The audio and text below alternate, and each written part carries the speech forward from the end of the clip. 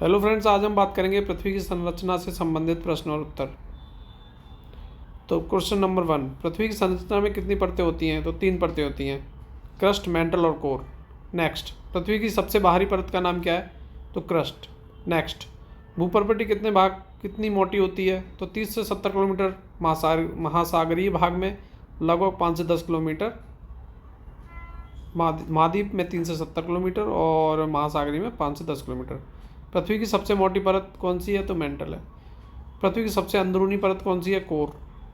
पृथ्वी की कोर में मुख्य रूप से कौन से तत्व पाए जाते हैं? तो लोहा और निकल। पृथ्वी की भीतरी कोर की अवस्था क्या है? सॉलिड। पृथ्वी के बाहरी कोर की अवस्था क्या है? लिक्विड। सियाल किस परत से संबंधित है? महाद्वीपीय क्रस्ट से।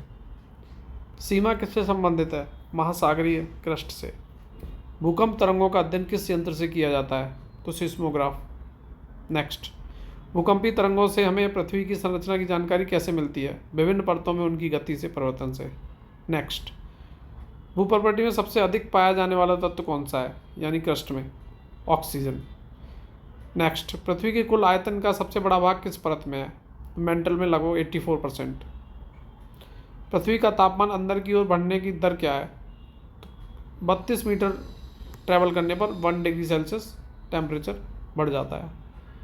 भूगर्भीय समय का सबसे बड़ा इकाई क्या है? ईओन।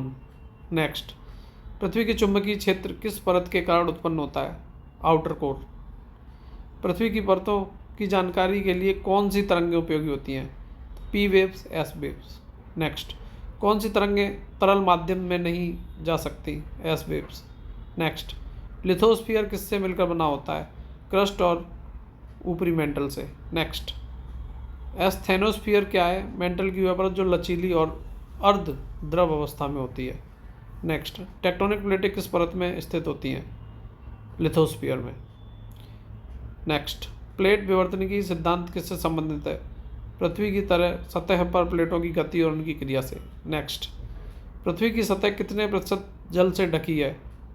तो लगभग 71%। नेक्स्ट, पृथ्वी के कोर और औसत तापमान कितना हो सकता है?